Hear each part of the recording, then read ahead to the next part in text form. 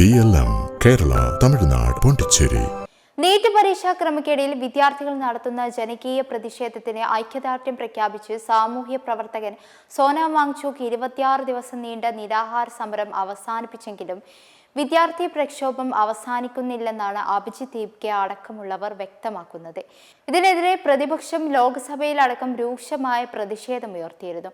പ്രതിപക്ഷ ബഹളം രൂക്ഷമായതോടെ ലോക്സഭ പിരിച്ചുവിടുകയുമായിരുന്നു.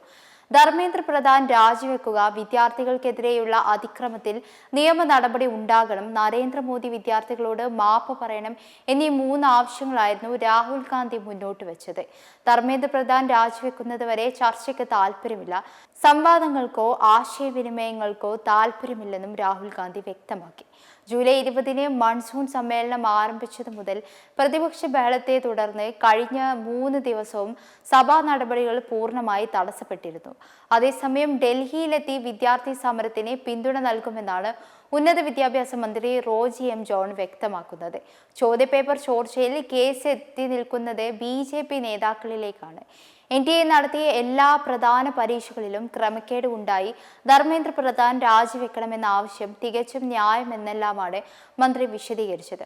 മുമ്പെങ്ങുമില്ലാത്ത പ്രതിസന്ധിയാണിപ്പോൾ രാജ്യം നേരിടുന്നതെന്നും മന്ത്രി പറഞ്ഞു. വിദ്യാർത്ഥികൾ കൂട്ടത്തോടെ ആത്മഹത്യ ചെയ്യുന്ന സാഹചര്യമുണ്ടെന്നും പേപ്പർ ചോർച്ചയിൽ ആരെയും ഇതുവരെയും പ്രതി ചേർക്കപ്പെട്ടില്ലെന്നും ചൂണ്ടിക്കാണിച്ചു. എല്ലാ പരീക്ഷകളിലും ചോർച്ചയാണെന്നും ധർമ്മേന്ദ്ര പ്രധാന്റെ രാജി ആവശ്യം രാജ്യത്ത് ആദ്യമായി പ്രമേയം പാസാക്കിയത് കേരളമാണെന്നുമാണ് മന്ത്രി പറഞ്ഞത്.